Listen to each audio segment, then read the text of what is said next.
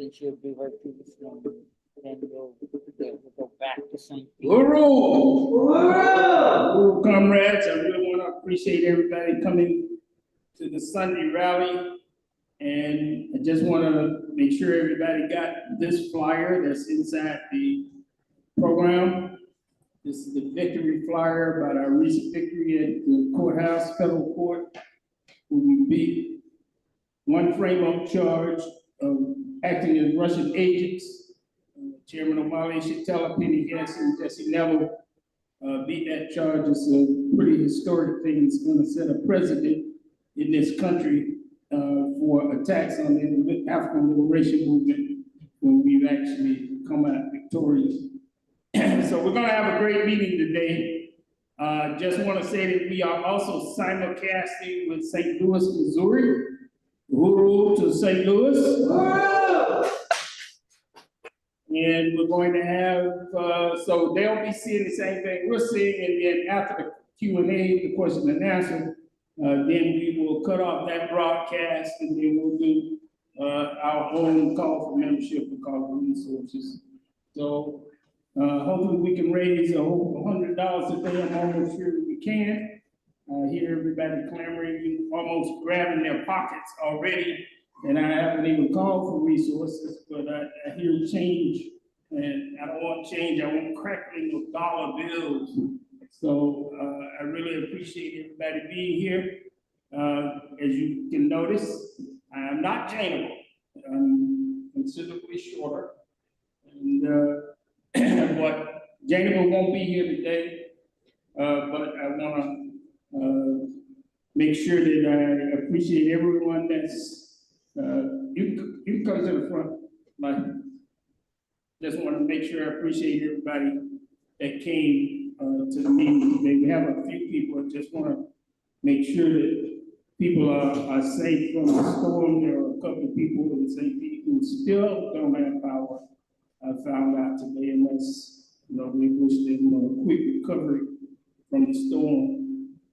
I want to also welcome the guest speaker for the day, Mike Malcolm, Attorney Mike Malcolm, who has become a real fighter for civil rights. He's taken on some very high-profile cases in Tampa and other places, and he's a pending superstar in the legal field. So I really look forward to his presentation on free speech. He's going to be talking about the question of free speech in the context of this recent verdict of the Uhuru 3. So with no further ado, this is the meeting of the International People's Democratic Uhuru Movement, NPW for short. And again, I want to welcome everybody to the meeting, welcome St. Louis. And with no further ado, we're going to do the African fight song. I'm going to ask everybody to stand for the African fight song, and you will see the words on the screen, if I'm correct. You stand? And this song, by the way, was written by Alicia Ngoma, a member of the African People's Socialist Party. By the way, she's from Haiti, she's from Haiti, so she's a very good musician and songwriter. So let's play the African fight song.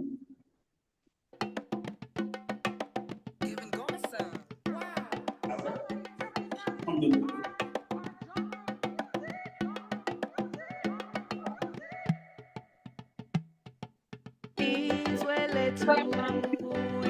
Africa, we are winning. Shout Uhuru for our freedom. We are winning. We'll dance and sing songs when revolution's won. We are winning. Africa's best daughters and sons. We are winning.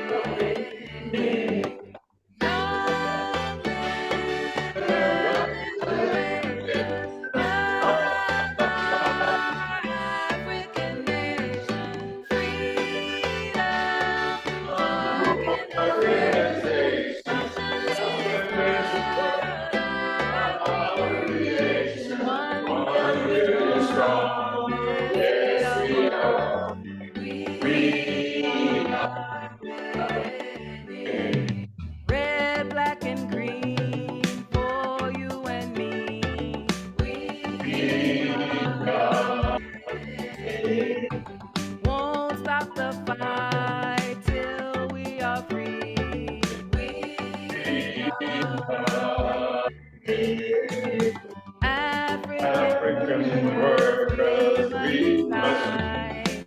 We are against white power. We are winning. Love is the restoration of our African nation. Freedom through organization. Socialist world, our creation. 1 billion strong. Yes, we are one. We are winning. Viva Haiti, birds set us free. We are carry the torch of democracy. We are winning. Who protected? Who God? We are. We will rejoice when the colonizers die. They die. We are winning. Love is the liberation of our African nation. Freedom through organization. Socialist world, our creation. 1 billion strong, yes, we are one. We are winning. Fight like Fannie Lou and Malcolm too. We are winning. Remember our struggle, always be true. We are winning. From Harlem to Brazil to Azania, we are winning. We fight and live for a free Africa. We are winning. Long live the liberation of our African nation. Freedom through organization. Socialist world, our creation. 1 billion strong, yes, we are one. We are winning. Patrice Lumumba's life won't be in vain. We are winning. Keep up the work in Marcus Garvey's name. We are winning. Independent and free is what we will be. We are winning. Africa will bask in our victory. We are winning. Long live the liberation of our African nation. Freedom through organization. Socialist world, our creation. 1 billion strong, yes, we are one. We are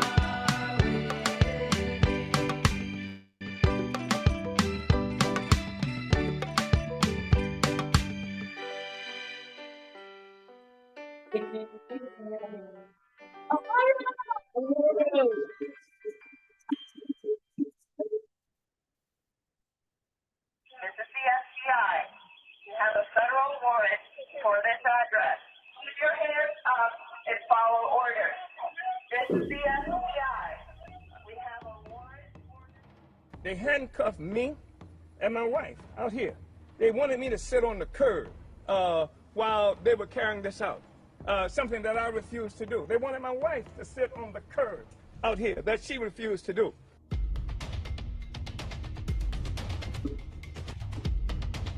As I was coming out, this big old drone met me.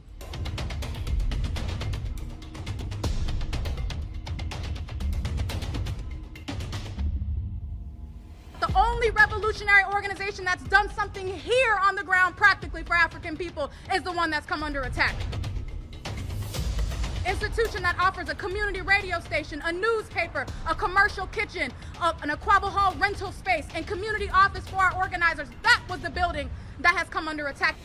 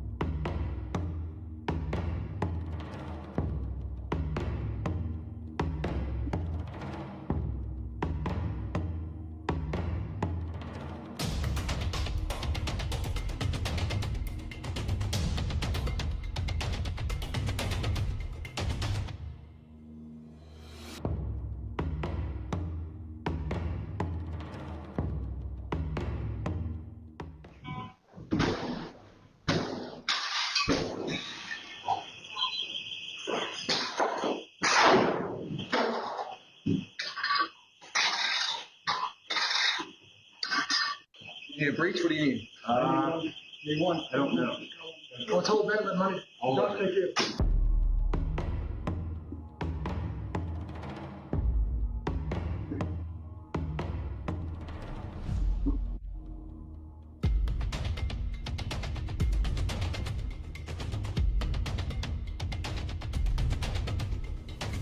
We will build a movement of white people that says hands off the Uhuru movement. They see in the African People's Socialist Party a vanguard for the struggle for the liberation of our people. They see that because not just what we do here in the United States, but because we had the temerity to do like Garvey, to do like Malcolm X, and take the struggle of black people around the world.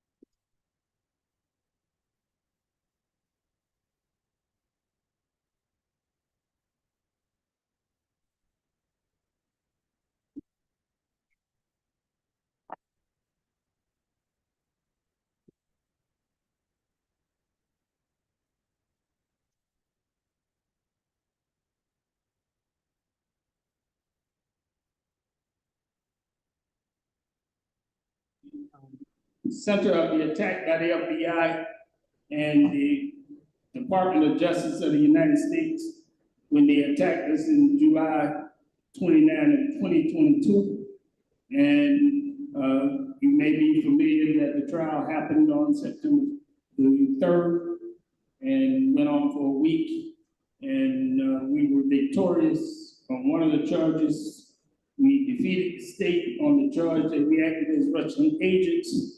And the chairman were acted as a Russian agent, and Penny Hess and Jesse Neville.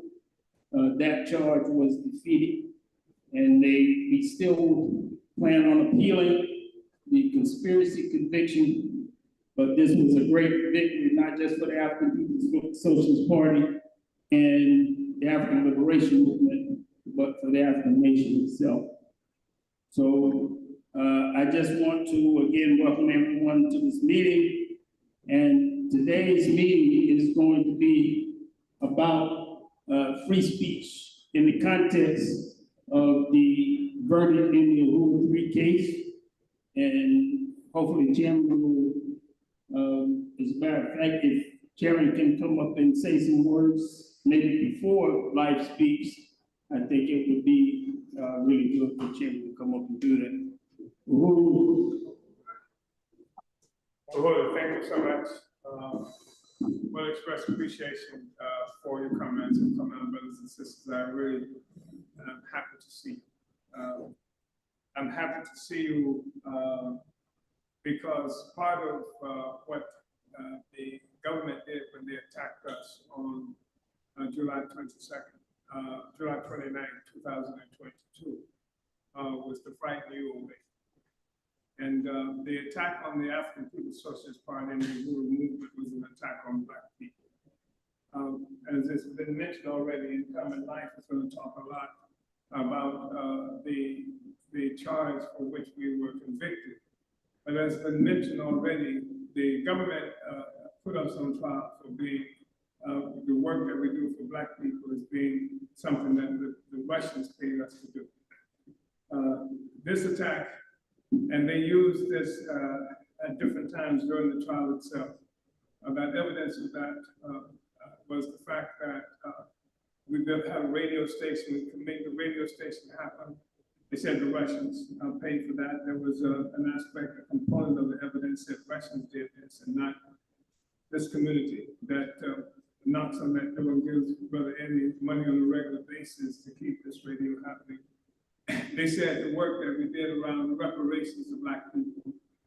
This government, this country owes us billions of dollars just in terms of what they worked us for free to build the economy. Fort Knox is there in Louisville, Kentucky, because of it maintains, it contains the treasury, it contains the money and resources that came from stolen Black labor of Black people on stolen land of the indigenous people. But they said the Russians are responsible for that. They said the fact that we wanted to take the United States before the United Nations for violation of a crime of having to do with the prevention and punishment of the crime of genocide that the United Nations passed in 1948, despite the fact that we've been working around this issue since the late 70s. They said the Russians are the ones who are responsible for the work that we did around this genocide convention. So there's a lot of stuff they charged us with, but all of it relates to working for Black people. They said we didn't work for the Russians. The jury said, no, they do not work for the Russians. This is not Russians who they work for.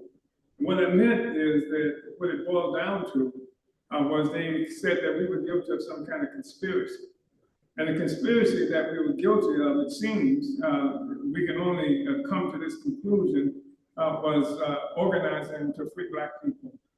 And so this is a really important meeting that we're having. We're going to talk about free speech because free speech is a critical question. If you don't have the ability to speak, you got nothing. You really have nothing.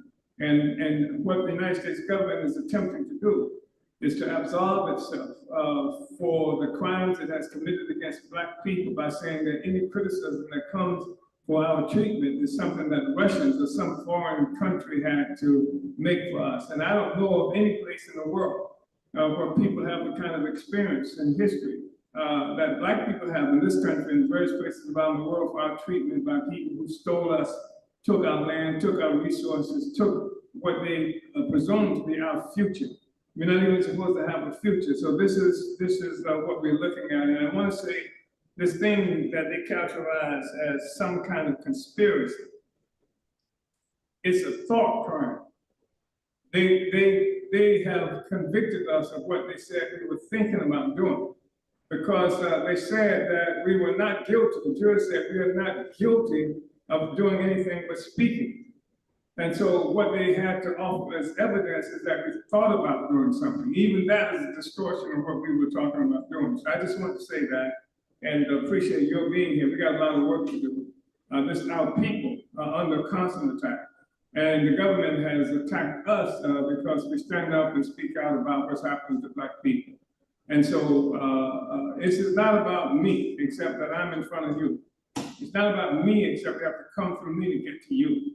It's not about me, except they have to come through the Uhuru movement after the Social Party to get to you. We're the ones who did the radio station, not the FBI, not the government.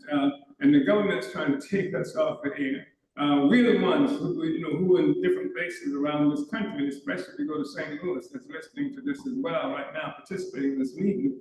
that created all these economic development programs. So people, what they call a food desert, now there's food available to people because of the work that we've done. Not only here, not only in St. Louis, but in Philadelphia, where we have a market we've had there for many, many years. More than 100 vendors feed their families as a consequence, Black people, as a consequence of the work that we do. So I want to say that, and thank you very much for being here. Uhuru. I really appreciate it, Chairman. We're going to have a cultural presentation from St. Louis, and then we'll bring up our guest speaker, Uhuru. Uhuru, comrade. Our country presentation today is Comrade Andrea Hall. Thank you, everybody. You see our drill.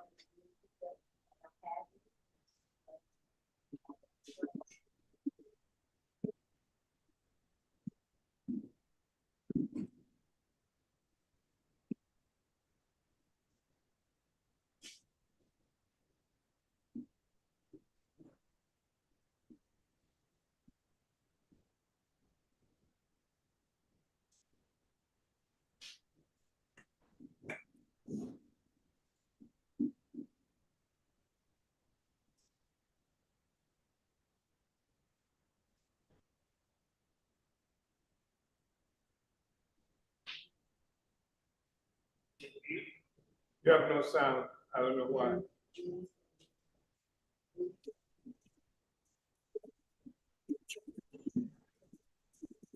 Who needs to unmute? Thank you.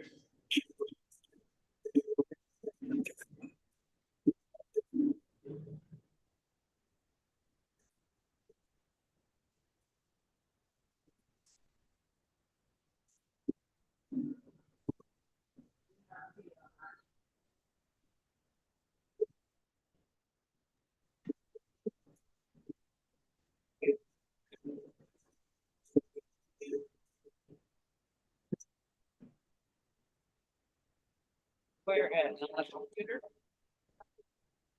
Or on the other?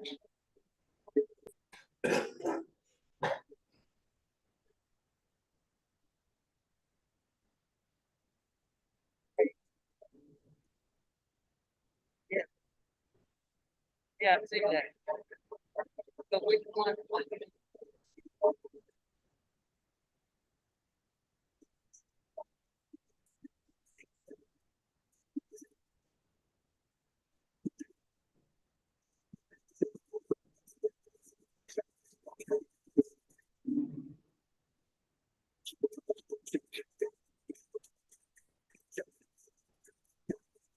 Audio setting.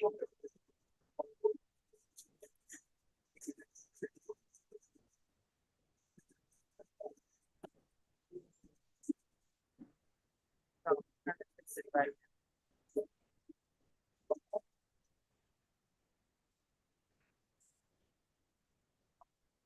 Uhuru, comrades.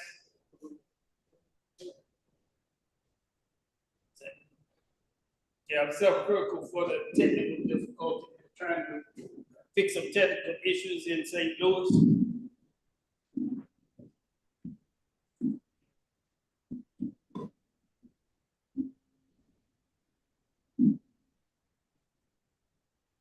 Or is it from the camera? We're gonna go ahead and go forward with the program.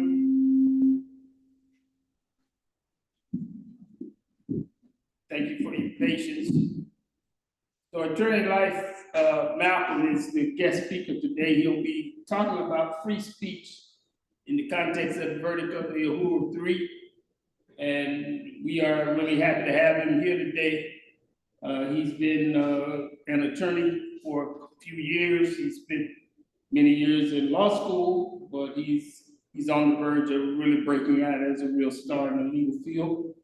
And we really welcome his expertise on the question of free speech, but not just free speech, the question of free speech for Black people.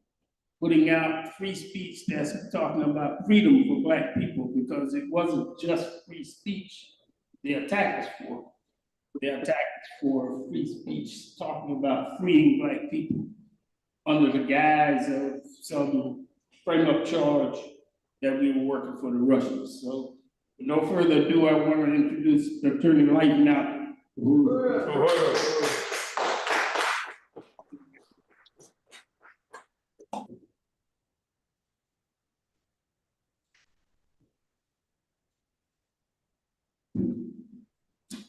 Comrades.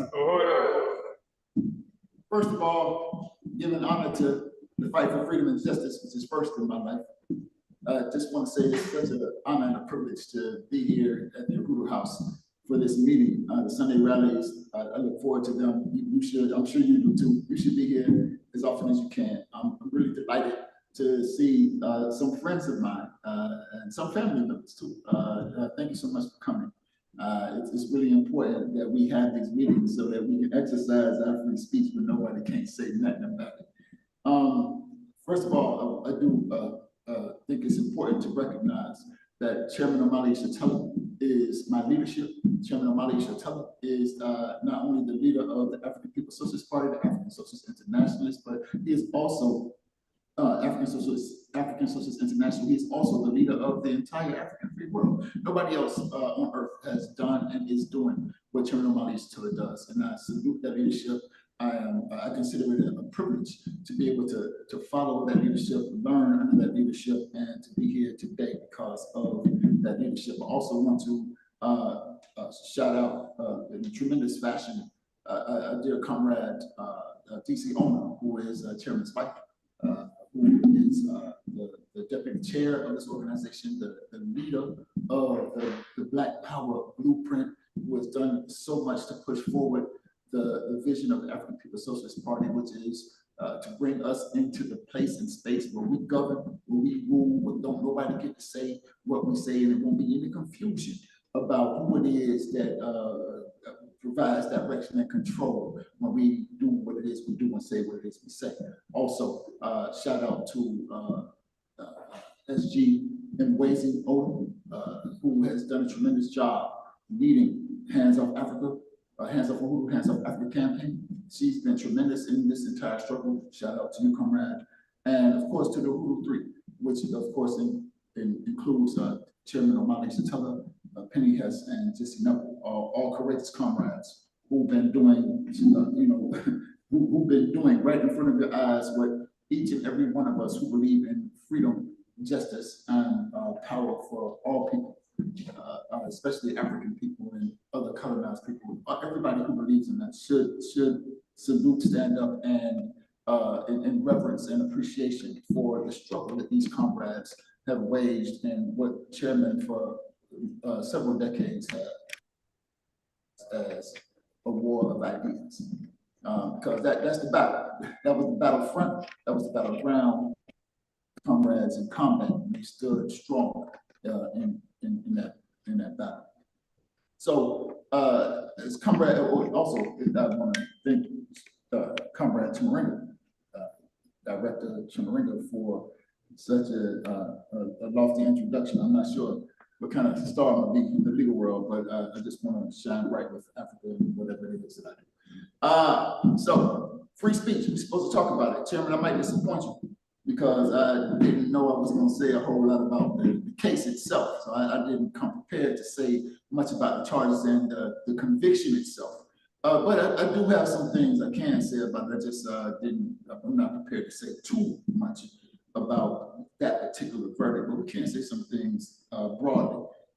First Amendment. So the purpose and the origin of free speech is one thing that I should cover, and the limits of free speech is the other thing. So you might know that the origin of free speech, so to speak, in many people's minds began with the First Amendment of the United States. Most people, when they talk about free speech, they talk about, they say, you have the right to free speech. They base that assertion on the United States Constitution, which came out in 1797. 1797 was an interesting kind of year for this country in particular, when in the context of African people struggling to make expressions that should have, if you subscribe to the notion of free speech based on the United States Constitution, that should have come under that umbrella.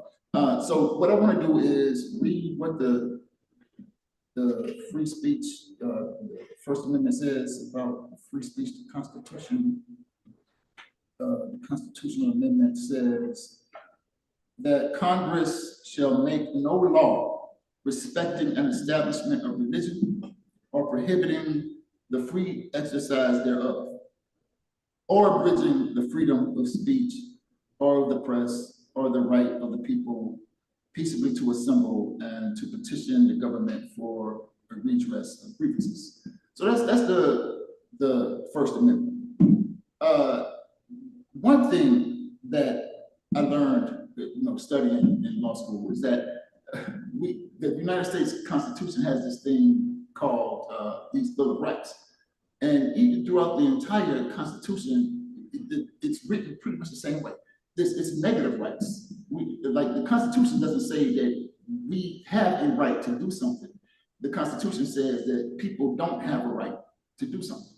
So the Constitution is a constitution of negative rights. If you will remember, I just read that the Congress shall make no law. It doesn't say that you have the right to say what you want to say. And I think that's an incredibly important point. It says that the Constitution that most of us live under, abide by in this country, is a constitution of negative rights. And it's not happenstance that it's constructed, that they constructed it that way. These people constructed this very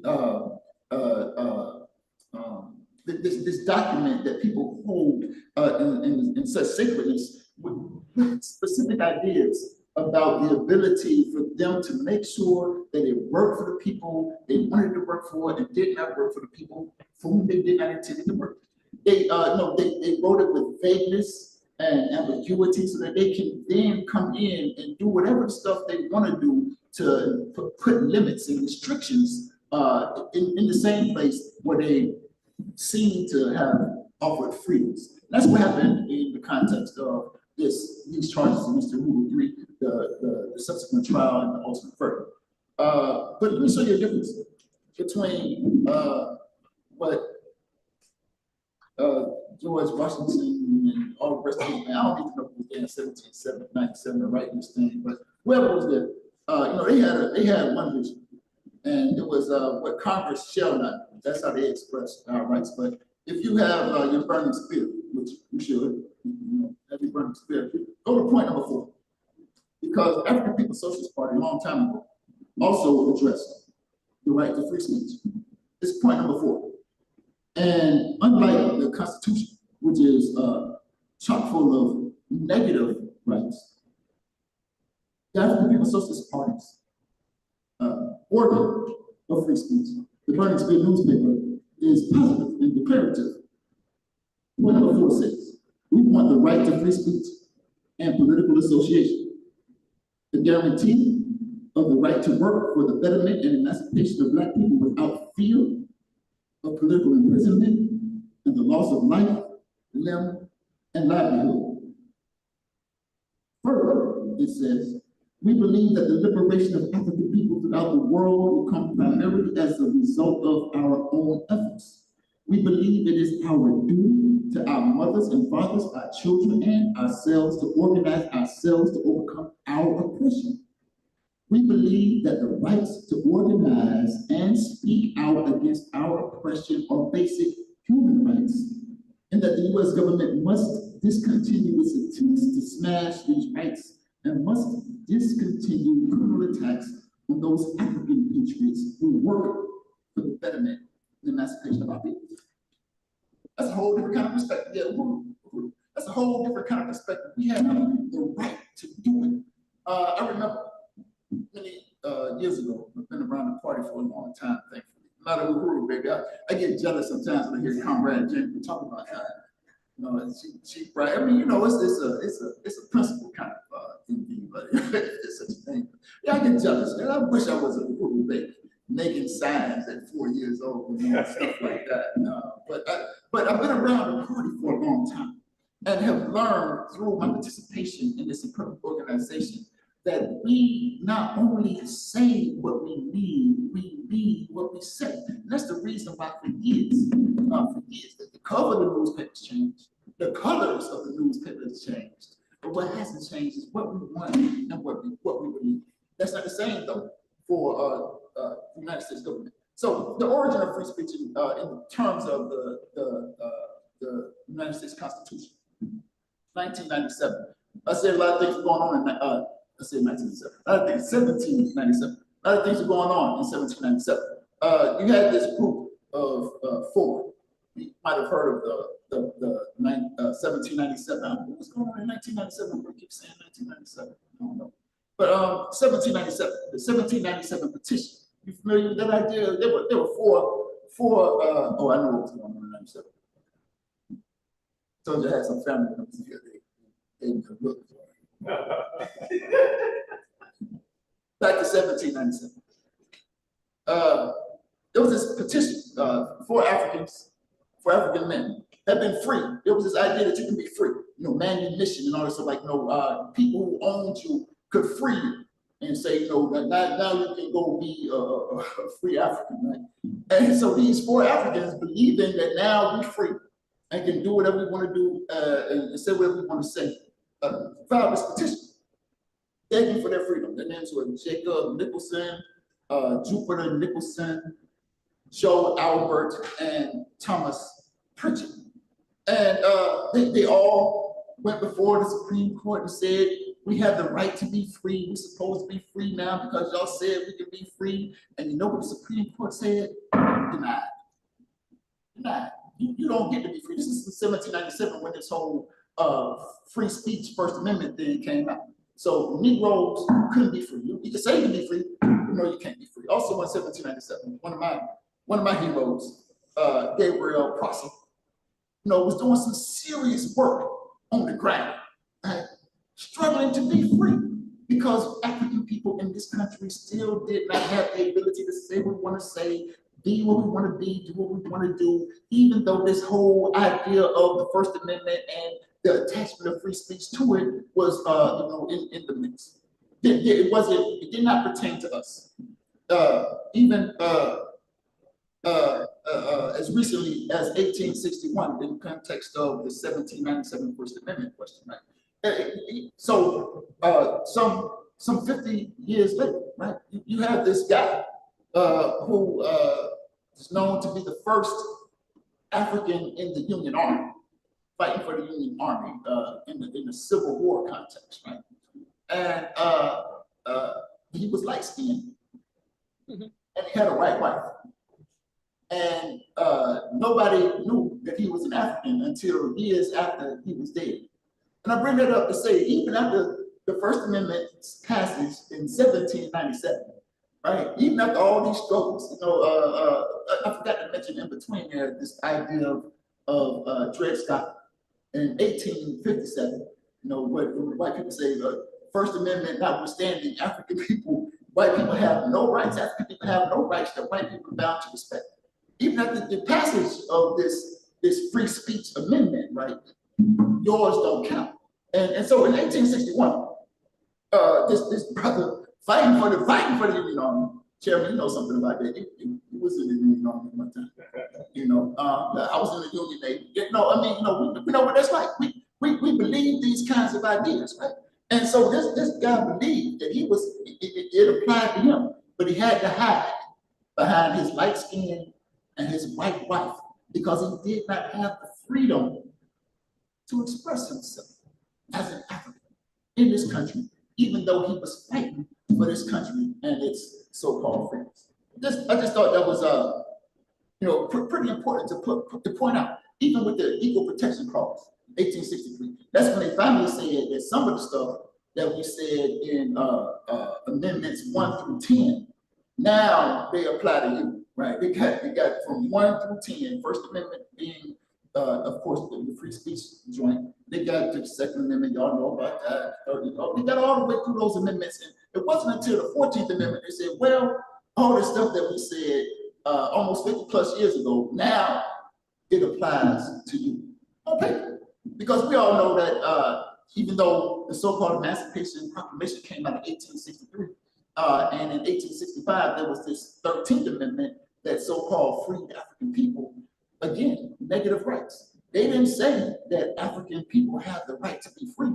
They said Congress shall make no law that will make you in some kind of involuntary service.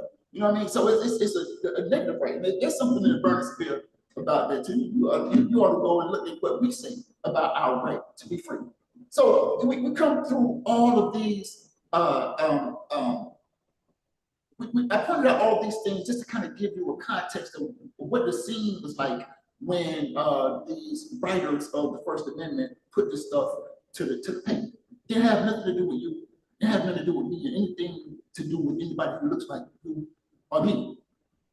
Fast forward 100 years later, you know, in the 1940s, 1950s, I'm told as recently as 1950s, I wasn't around, obviously. I don't know, maybe, hopefully it's obvious that I haven't been around that long.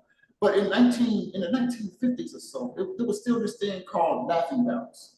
You familiar with that idea of laughing barrels? You ever heard the statement, he's a barrel of laughs? Anybody ever heard that? No? Yeah, so it's a figure of speech. Oh, he's a barrel of laughs. Well, that idea comes from the real laughing barrels that were stationed on roadways, sidewalks, and what have you. And if you were an African who found something funny and you wanted to laugh, in order to avoid maiming, imprisonment, or some other kind of awful situation, you had to stick your head in the barrel and laugh. This is like, you know, almost 100 years after the First Amendment, where you have the right, you didn't have the right to laugh out loud. You had to laugh in the back. And so this is the context under which this whole free speech idea emerges. It was not for African people, never was meant for African people under this particular rule and regime within. You have courageous Africans, like Chairman Omali used to talk, and of course others. I mean, we can go on and on, right, about these instances of how free speech didn't apply to us. You know, even in the 20th century. I heard somebody on a radio show this morning talking about Emmett Till. And, you know, just listen, allegedly whistle at a white woman. Can't even do that. Get you killed. You understand? And we've seen other expressions of that. You know, even in the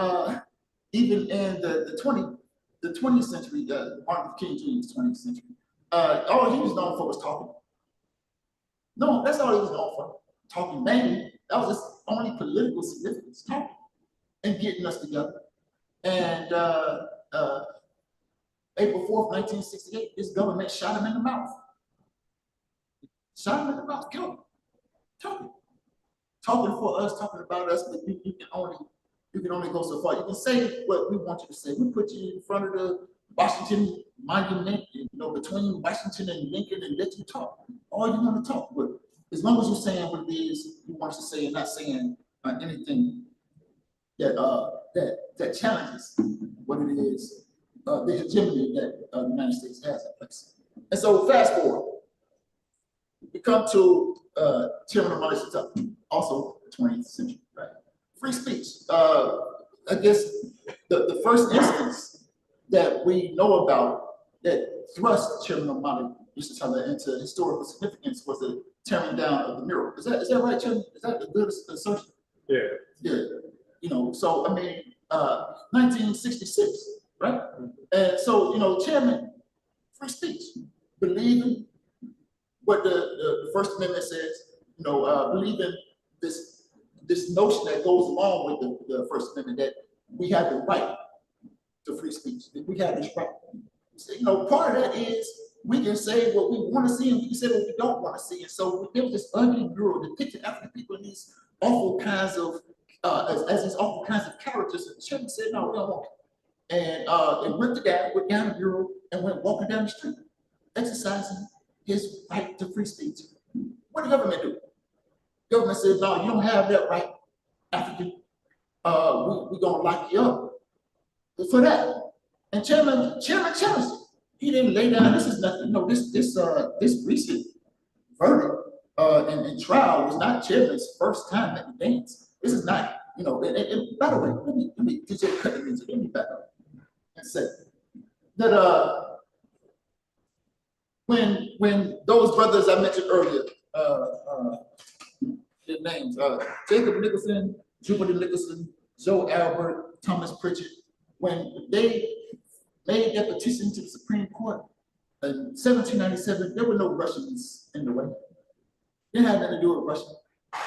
No, nothing to do with that. Just had to do with the fact they were Africans who wanted to be free and were determined to say what it was they wanted to say on their own terms. No Russians anywhere around. Even Gabriel Prosser, no Russians. And the Laughing Barrels, I don't think there was one Laughing Barrel with a Russian stamp. This was all the United States government, the same government who came for Chairman O'Malley, Mr. Teller, Penny Hess, and just another. Under the guise of this, because of what you see. And so, what we've seen over the course of time is this staunch effort to make sure that African people can't say what we want to say, because as Chairman O'Malley said earlier in this meeting, the ability to express ourselves is vital to our ability to free ourselves. And the colonizer knows that. That's why they make it a big deal. They don't want you writing what they don't want you to write. They don't want you saying, and more than that, you can see in this trial, they don't want you talking to who they say you can't talk to. Yeah. I'm curious. I didn't have an opportunity to observe every minute of the trial. I was there for several days. But like, I've been thinking about the trial itself. And it sounds to me as if the verdict came back to say that we can't talk to people about our problems if they're in Russia. It says conspiracy or something, but at the end of the day, so they say that if you don't talk to them, you got to get our permission, as if they would give it to us, right? So you got to get permission. So it seems to me that the guilty verdict is Chairman Penny and Jesse are guilty of not getting permission to talk to Russians. Imagine that. You know, all we're doing is having a conversation about the colonial conditions we live in the United States every day of our lives, the oppression that extends far beyond these borders to every place where African people all around the world exist because of U.S. colonial domination. And so what Chairman and Penny and Jesse did, as you know, all of us in the movement, we took this discussion outside of these confines, outside of these limitations of the First Amendment. And so that brings me to this idea of the limitations. One, can't say nothing white people don't like you say. Can't hang with people white people don't want you to hang with. Can't even look like what white people don't want you to look like. I remember years ago, Chairman would talk about how you know, we couldn't start wearing our dreadlocks and our afros until white people got it. Yeah, you can't even show up how you want to show up. You can't even express your own African self unless it's all right with white people. I mean, we saw that in this trial. They had this, they put out this pamphlet or something, some kind of memo that said that we couldn't wear political or anything that had political statements. And I'm like, well, what does that mean? What the hell is a political statement? Right? Because what's not political? Right? And at the same time, I'm thinking, so we can't wear our shirt that says Uhuru. I can't wear my t-shirt, one of my favorites, that says Africans have the right to resist. Right? I can't wear Black Power Matters. I can't wear that. In the same trial where the colonizer can have their flag, can have their badge, can have their uniform, can have their colors, can have all kinds of of political speech displayed for everybody in the jury, everybody in the courtroom's audience to see, but not you. You can't do it. So we see a clear defining line even in this trial, where it's okay for some people to have political speech and not so okay for us, right? And the challenge for every African under the sound of my voice everywhere around the world, we can pick up a burner, turn the YouTube channel and see what the African People's Socialist Party is about, is to take on this obligation to continue the free speech struggle that we saw embodied in the Uhuru 3 in this trial. It's been dubbed the trial of the century. And I agree, because there's nothing, as Jimmy said it earlier, and I'm so glad he did, there's nothing that's more critical to our ability to free ourselves than our ability to express ourselves. And so it takes trailblazers like the four brothers in 1797 who filed that petition. It takes trailblazers like Gabriel Prosser. It takes trailblazers like the first African who didn't stick his head in the barrel to laugh. Trailblazers like Chairman Omale Shatama to stand and say, yeah, no, we're not gonna take a deal. They offered him a deal, he ain't take the deal. They offered him a deal, he ain't take the deal. And on the steps, I can't remember if it was right after the verdict, I think it was, but on the steps of the federal courthouse, Chairman Omale made it clear that he did not get into this struggle. He did not get into this struggle for African liberation in order to stay out of prison. He got into this struggle to free Africa and free African people.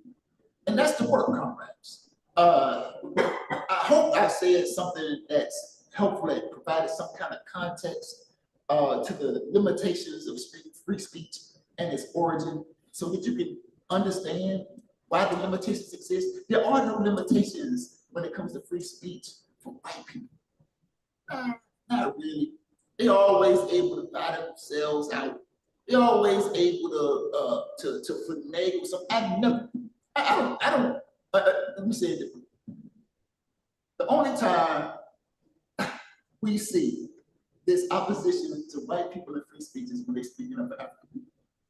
Because sometimes I kind of forget that liquidate comrade opinions and just whiteness, because they work so diligently for African people. But that's when you see they attack them too. Not because they were white, not because of what they were saying, but because of what they were saying for African people and African liberation. So yeah, free speech does have its limitations, but it's our job to smash them, crush them, and overturn them, so that the freedom of speech we enjoy is not the freedom of speech that's tied to that 1797 idea of the First Amendment in the United States Constitution. But it's the freedom of speech that's embodied by the Burnsville, point 4 of the Burnsville newspaper, and the lives that we live as members of the African People's Socialist Party.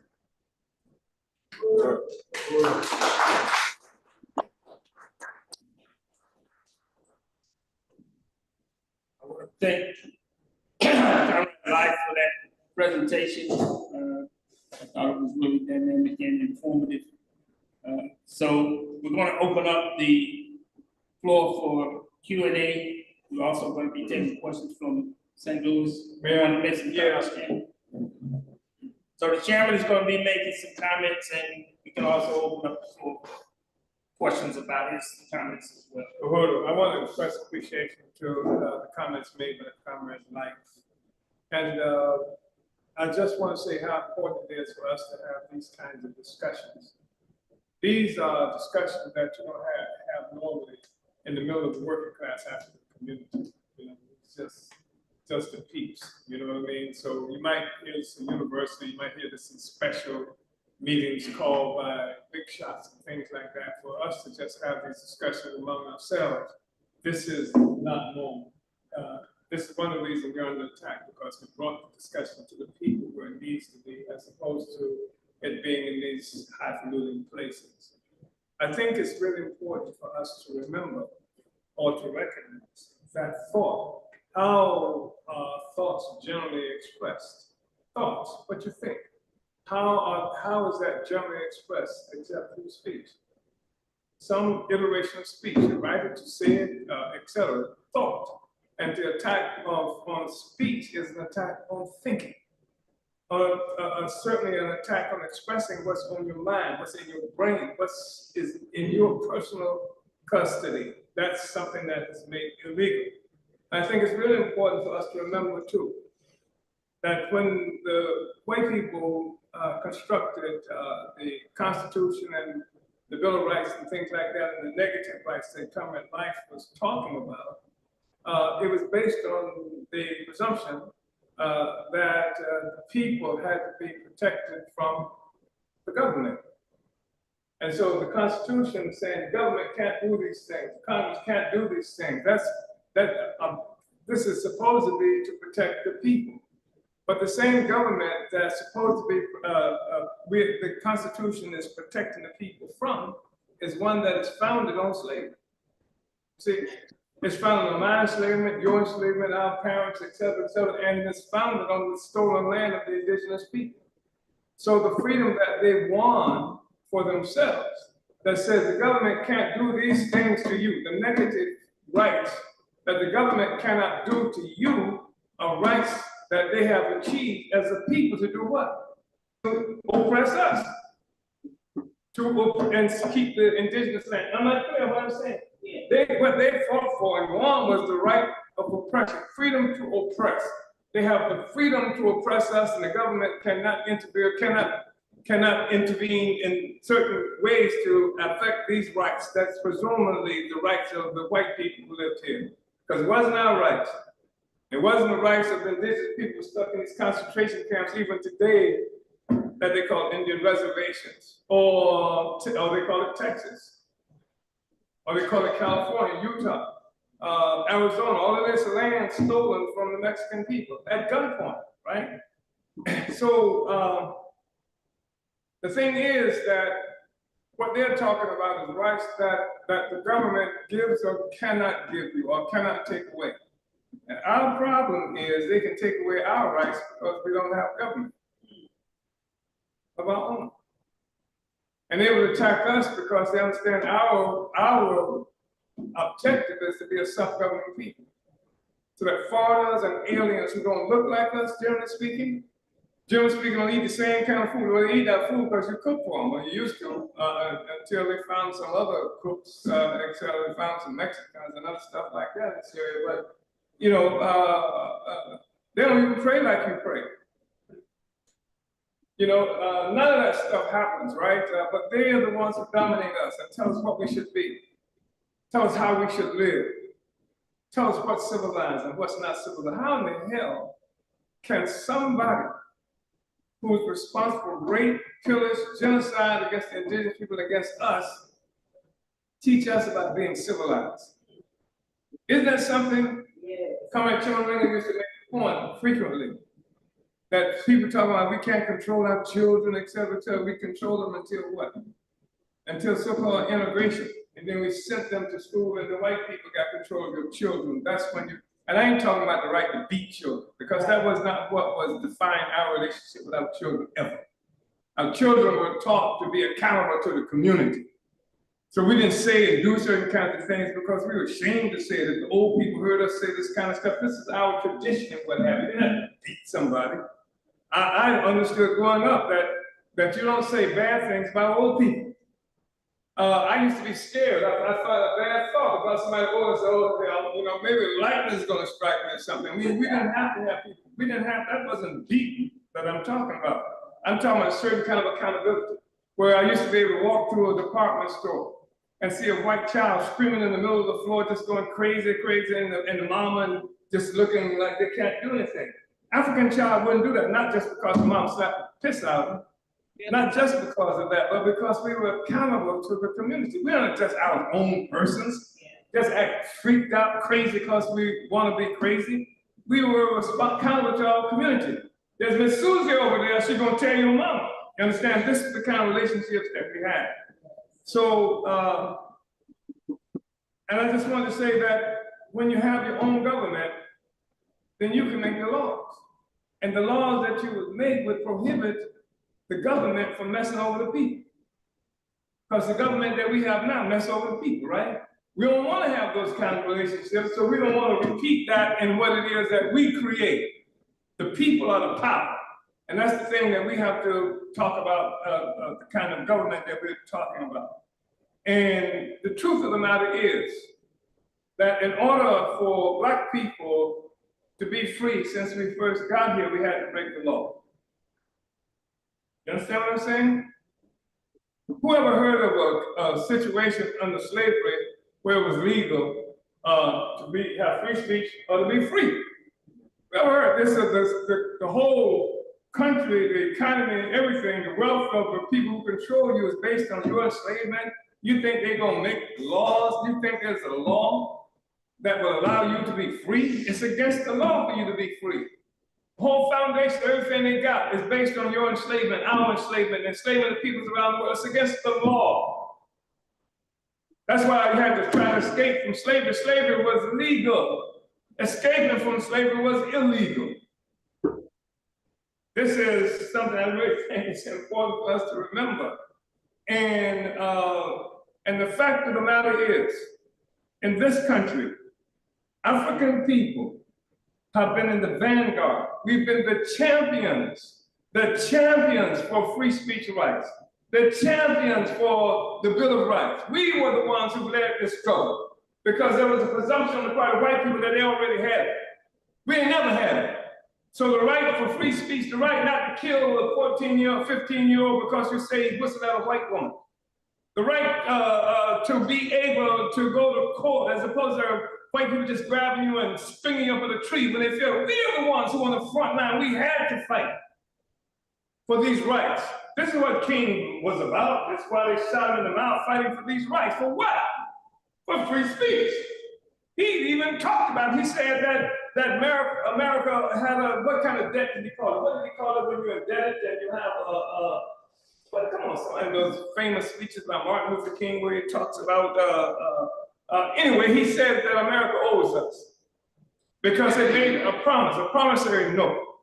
He said there's this promissory note that America took out and had to do with the Bill of Rights, freedom, free speech, freedom of assembly, all those things, and it won't give it to us. So therefore, America is indebted to us. This is what King said. They shot him, they killed him, they murdered him for talking about it because being free is illegal for enslaved and for colonized people. And one of the ways they keep you enslaved and keep you colonized is to keep seducing you with the assumption that even though you ain't got nothing, even though the police shooting you down every day, even though you're terrified when you see the police roll in your community, even though when they come for me, you duck too because you think they might be coming for you. Even though all of that is the case, they seduce you into believing that one day you're going to be free or you might be free or you and they are the same. When I say you and they are the same, I'm not talking racial stuff here. In the sense that they got melanin and we got melanin and they don't have melanin. Because melanin keep our butts from being in this situation and they ain't going to get us out of it, right? So that's not the point that I'm making. I'm saying we are colonized people. We have a particular kind of relationship to this country and to white people. And so that's what it is about. That's what we're in pursuit of. We have to be a self-governing people. We have to take responsibility for our own future. And you can't do that without power. And the power is expressed through having our own government. Your children will have a future because we are the ones who control that future, make that future. It's our legislators, not theirs, who decide what it is that we should be. America doesn't even like that. It even tax countries who make other decisions for themselves. So I just think it was really important to say that we've been the biggest champions of the Bill of Rights, Black people. They didn't have to have no Russians telling us that. America told us that you better get the right or you're going to die without them. And I just want to say that some people will say this question about Russia. Why Russia? Why Russia in this instance? And I think in this instance, it's Russia because the United States government has been messing with Russia for a while now. Since Russians decide they're going to keep the control of their own destiny. They're going to have their own economy. They're going to enter into relationships that they want to enter into, whatever the United States thinks. And so they decided that Russia was an enemy. And they've been messing with Russia. They've been messing with Russia all around with his Ukraine, all around in various other places around the world. And so why is Russia a problem? Russia is a problem partially because of the United Nations. And we've been fighting to get the United Nations to look at the condition of Black people based on the Genocide Convention. We're saying that America is committing genocide against African people. In fact, something 40 years after the United Nations adopted the Genocide Convention, the United States wouldn't even agree with it, wouldn't even adopt it. And why? Because they said, because if they did that, they were concerned about Black people, the indigenous people in this country, taking them to the United Nations for a violation of the Genocide Convention. And now they're messing with Russia, and I think they're afraid, or were afraid, that the Russians might take us up on the genocide question and introduce that into the World Court. And I think this was the problem that they had. They saw us moving in that direction, and then to have to see in the World Court, Russia, because they're messing with Russia, Russia might see that as advantageous to introduce this issue of genocide against African people at the United Nations itself. I think that's why Russia. Uhuru. Can we write a document against them? We did. We did. We held a tribunal with an international panel of jurors in 1982. And they found, using international law, including the Genocide Convention, and had a trial that lasted 2 days in Brooklyn, New York, started November 13th, 1982. And the people found the United States guilty of genocide and and said that the United States owed us Black people reparations in this country. So we've done that. But the issue is that, and even as this happened to us, we had a petition that was out and it had achieved 130,000 signatures of people from around the world saying that the United States should be taken, before the World Court. And this was something that had been sent to the United Nations as well. And I think this was the concern that the United States got, part of the concern that they had, that the world would now be able to view and deal with the United States differently in terms of genocide being committed against African people. Yeah.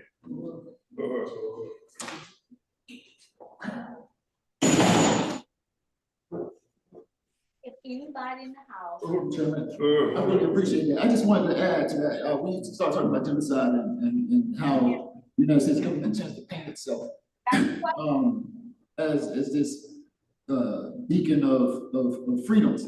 It reminded me, preparing for this free speech talk, of this quote from Idi Amin, who was the president of Uganda. He's credited with saying that you have freedom of speech, but I can't. Let me back up and say this. Like, Idi Amin is somebody who the United States denigrates, vilifies, makes him like one of the worst people who ever lived, maybe second only to Pol Pot or something like that. And of course they throw Russia in that group, or Russian leaders in that group.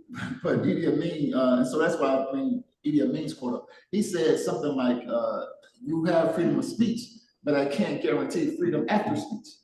And that's exactly what the United States government is saying to African people. And we see that in this particular trial. So I just wanted to show the split face, the split tongue kind of relationship that the First Amendment and the entire United States Constitution has when it comes to African people and colonizers. I mean, just that thing. You have freedom of speech, but after speech, don't know. And that's what they try to do. Yeah, that's what they try to do with us. And so they like, the United States government, essentially, the FBI, the United States government, everybody just put Uhuru 3 on trial, acting like Idi Amin. At least it seems that way to me. Stay close, life. This is the Q&A. So I want to really appreciate the chairman's comments and follow-up comments by Life. So we're going to open up the floor both here and in St. Louis for the Q&A for questions. So do we have any questions from St. Louis? St. Louis, can you hear us? We do have somebody walking up to the podium now. Good mic. I'm newer to the party and all of that stuff going on now. And I wanted to know, what does it look like as far as restoring justice? Does it look like something similar to January 6th, or does it look like those that are in solidarity with us and all of the others that they just continue to work and then the minds are changed and people decide to just do whatever the work that's needed to be to restore justice, or is it changing laws? What does all of that look like? What is that process? I'm interested in. The first thing she said was restorative justice. Restorative justice. And does it look like January 6th or some? I'm not too clear. Let me just say this, that the oppressed can only have justice when she confers it upon herself. The oppressor cannot be just. There's no circumstances under which your oppressor can be just to you. That we have to be responsible for conferring justice upon ourselves. I mean, we fight to be self-governed. In terms of what it looks like, does it look like January 6th? It looks like what we're doing. And by which I mean is that the strategic trajectory, we are convinced, toward the liberation and the ending of colonialism is for us to continue moving to take over our own lives. To be able to create economic development for ourselves and to fight for that, to fight for freedom of speech, to fight for democratic space and what have you, not to concede any of that democratic space, because the problem that this country is faced with, and not just this country, but generally speaking, it's a whole setup that came about through enslaving the rest of the world, is that it's always on a real rocky kind of situation because people cannot live like this. It's unnatural, and so people are constantly going to be struggling against the conditions here. And the fact is that everything they got, they steal it from us, and to the extent that we are successful in negating their hold on that, it causes severe crisis. It causes a January 6th. And you want to look at January 6th? What caused January 6th? It's white people getting increasingly frustrated because the government and the economy can't provide for them that it used to provide as long as niggas was quiet, as long as the people in the Middle East kept the oil flowing to them, as long as Venezuela and all these other countries were living under their roof. At the moment the people began to move to change this relationship, the economy gets freaky, it gets crazy. And white people lose their jobs and they become drug addicts. It's like they saw a spike, you know, and the death spike for white people for the first time that they've seen in the longest period of time. White people, alcoholism, drug addiction, overdoses, suicides, and things like this. They're seeing it because they're losing their place in the world because other people around the world are taking back, you know, our freedom and our resources. It causes havoc. And so I'm saying that the strategic thrust that we have, it's not with guns. Even though we believe we're not pacifists. And we believe and have fought for the right to defend ourselves by any means necessary. But the thing that's going to bring it down is our success in winning these struggles that we're engaged in now and getting the world to be involved in negating the colonial stranglehold that they have on the rest of us, using the democratic process to do it. We believe that we can use the democratic process to be able to take space that we have, or we believe that we should exhaust that, do everything we can to exhaust that space as a part of the trajectory that we're on.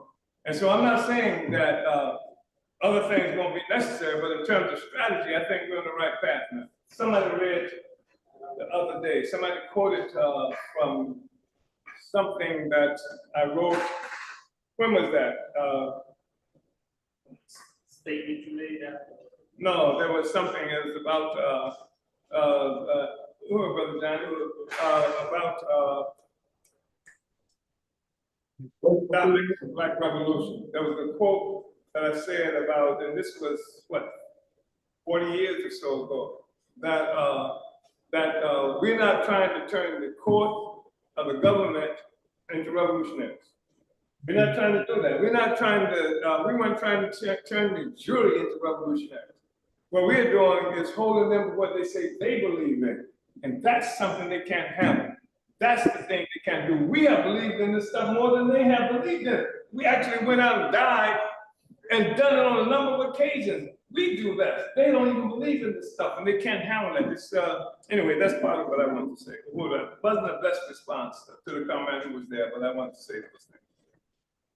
Do you have any questions, other questions from St. Louis? Any more St. Louis questions? Comments?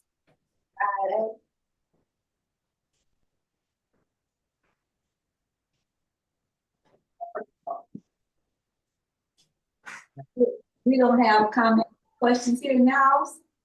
Yes, we do. We got one more. Uhuru, comrade, I was looking at I would like to commend all the speakers,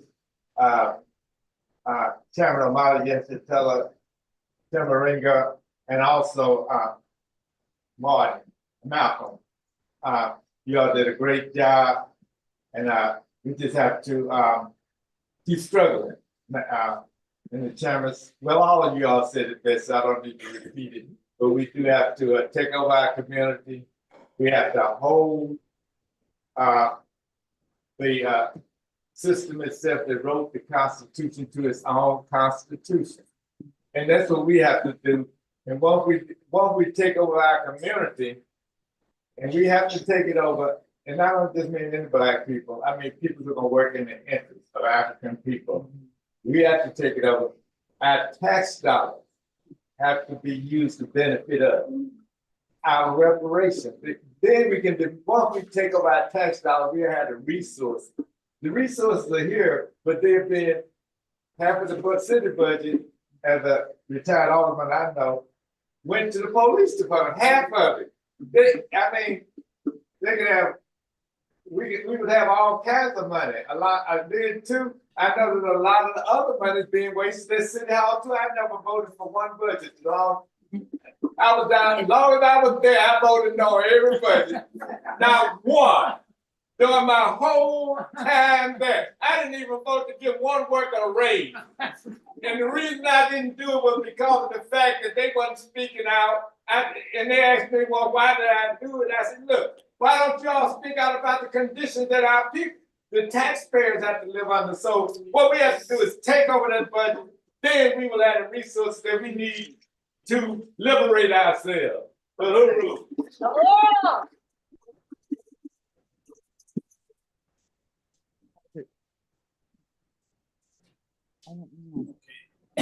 Did anybody have any questions in St. Pete? I know that was a comment. That was the 18th Ward Alderman Jesse Todd in St. Louis. Did anybody have any questions or comments? Yes. You want to come up? Okay. Tell us your name and who you addressing your question. Uhuru. My name is Samir Jean-Baptiste. I was invited here by Brother Life. And I had a question just to reiterate the concept of negative rights. Give us a couple examples of what it really means, negative rights. Yeah. So, thank you, Samir. I really appreciate you coming through too. So I'm just gonna do like a quick little Google search and you'll see it. Just for example, because I haven't taken the time to learn all of the stuff they say. But before, for example, I'm gonna just pull this up right quick. And anybody who's out there listening should put it up too, so we can read along together. Just these few examples. So the original amendments. So like, and so I'm gonna say this, like one of the just a quick Google search says original amendments, right? And then the bullet points it has when you first do the Google search is First Amendment, religious freedom, freedom to speak, print, assemble, and petition. Then Second Amendment, the right to bear arms. Third Amendment, recording troops. The Fourth Amendment, search and seizure. And so the way it reads will make one believe that that these are actual rights, like you have the right to do it, but that's not what the Constitution says. I'm just taking me a minute to get the text, but I do want to answer that question. I just don't have the stuff memorized, but I do want to answer that question. So here it is. So if you look at the Constitution from the beginning, it doesn't say that you have the right to do something. It says, it's a wrong document. Yeah, no, okay, so section, I'm trying to get to the amendments. Who's good at this stuff? Got all these articles. Huh? Yeah, imagine that. It's such an important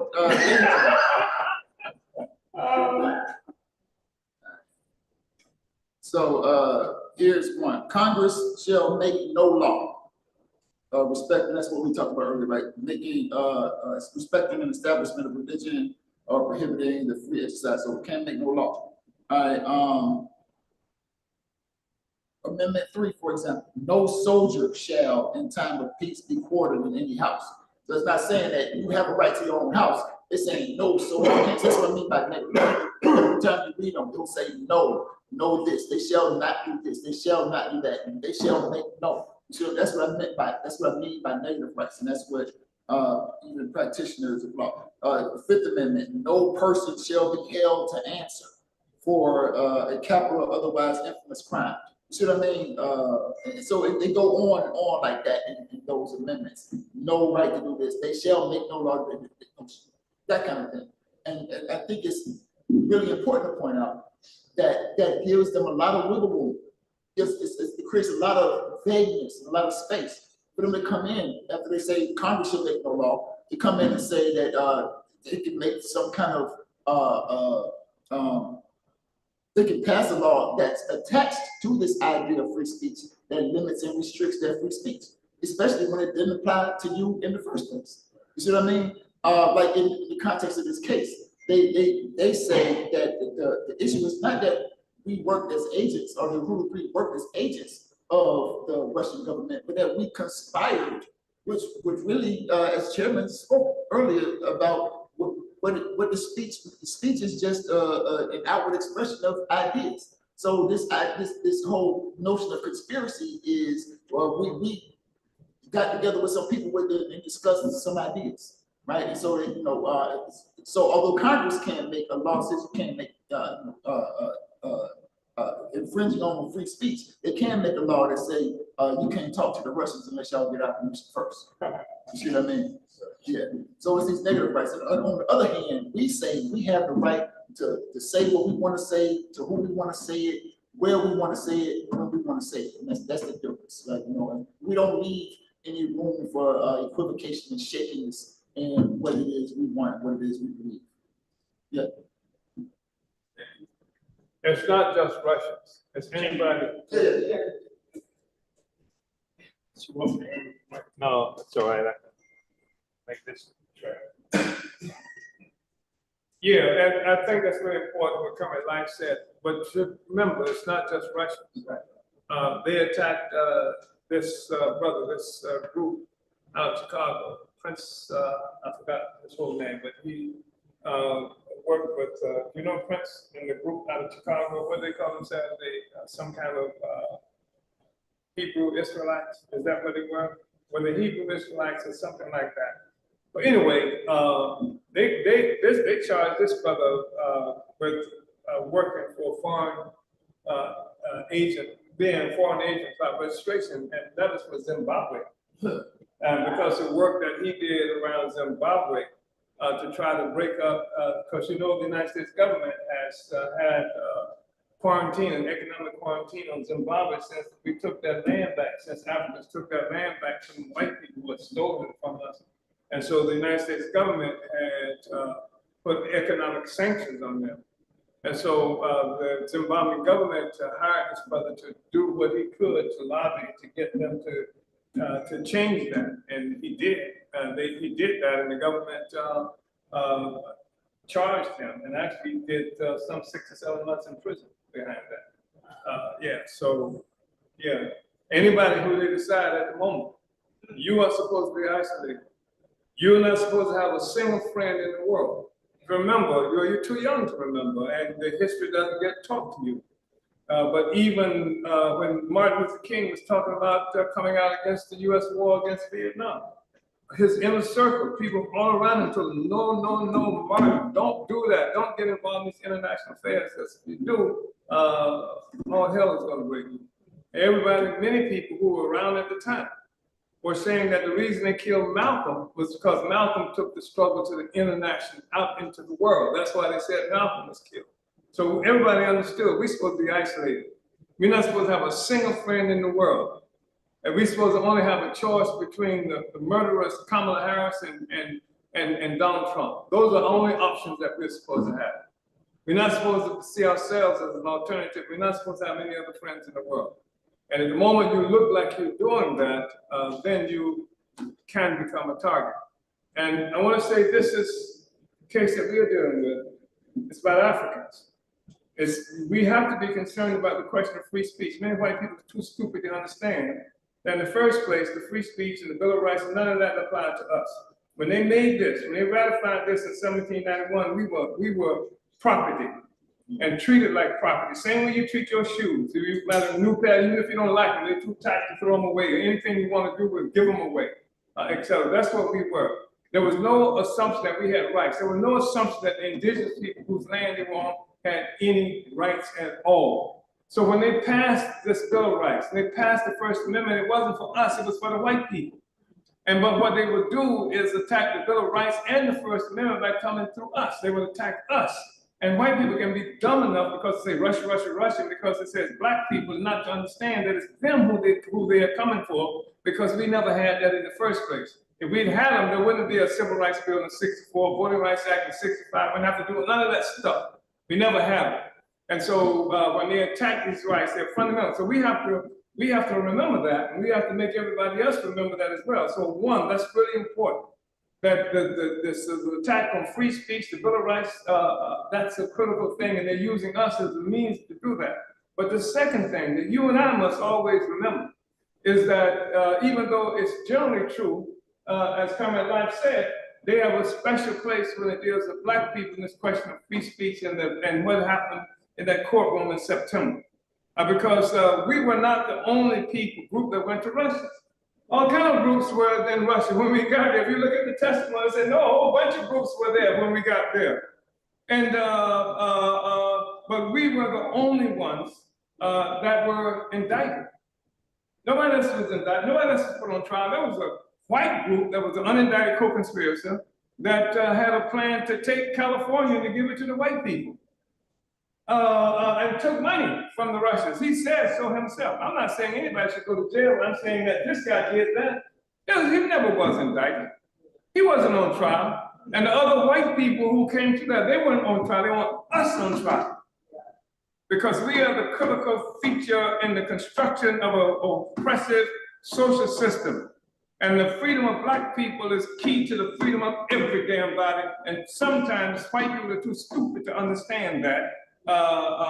And so they will facilitate their own oppression by joining with the government's attack on us. That's why there is a solidarity movement, by the way. And this is the thing that we've done. We've broken out of this encirclement, this isolation they want to keep us in. When they killed Malcolm X, how many white groups did you see rise up? How many? Tell me how many? How many demonstrations did you see coming from the white community? Not a single one. When they killed King, what about demonstrations and protests and rising up from the white community? Not a single one. Fred Hampton, not a single one. So they've been able to do this by keeping us isolated from the rest, even inside this country. But what we have done is created a solidarity movement And 130 some odd cities now, there are white people who do this work in solidarity under our leadership. And then in addition to that, we've formed deep and profound relationships with the Mexicans and the indigenous people in this country. So we're not going to be isolated anymore. That's part of the strategy that we've taken out. And so we talked to that jury. When that jury sat up there and they looked out at that courtroom full of people, they saw people look just like them. They saw so-called Latinos, they saw Asians, they saw white people, they saw black people, they saw old and young people, etc. That's what that jury saw. And that was part of the victory that we had, because this whole strategic approach about bringing the whole world into this process and never allowing them to isolate us again. That's part of what that is that we have to do. Uhuru.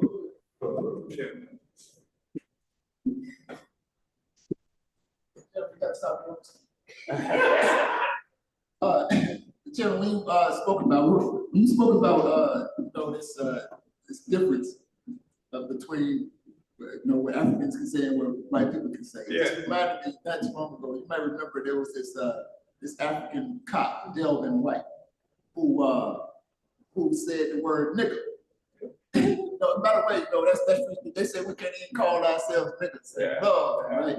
So this guy's a cop in the African neighborhood at Middleton High School, the African school in Tampa, historical African school at that. And so they caught him in his private car. I think it was in the police car, but in a private conversation. And he said, man, I had to take care, I had to let these niggas know something at school, whatever. And so the white police chief fired the African for saying nigga.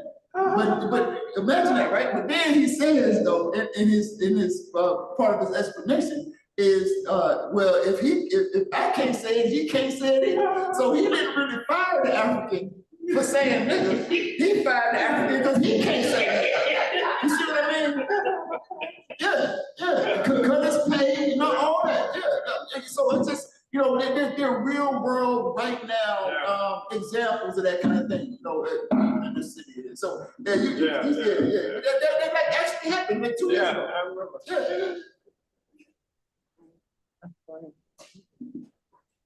Key, were there any other questions in St. Louis? I want to show you what that was used to our advantage. You remember Johnny Cochran, right? So Johnny Cochran was questioning this person. I think it was Cochran. Somebody was questioning the person, and the question was it a black person you were talking to on the phone? And the guy said something to the effect that it was a black person, and Cochran jumped up and objected. How are you going to say you didn't tell us a black person? This is racist conversation.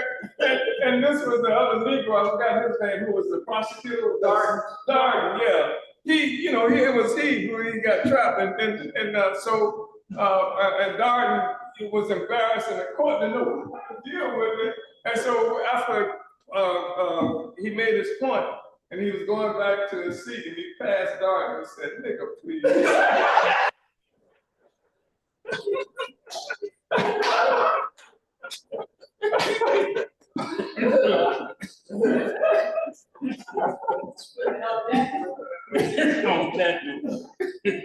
Were there any other questions before we move on to raising money? Well, wait, we're going to break up the broadcast. Right. So I really want to express appreciation to St. Louis. Oh, somebody else? No. No. Okay. I was just. Go ahead. I was just coming up to say St. Louis has enjoyed this combined rally, and we so appreciate the speakers and the program because we too are united. Uhuru. Uhuru.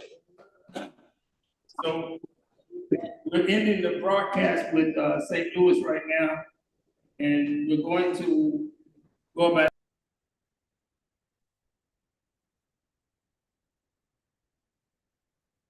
Uhuru comrades. Woo, they are behind us. So, but it's at the same time. And, when it's going good, it's going good. But now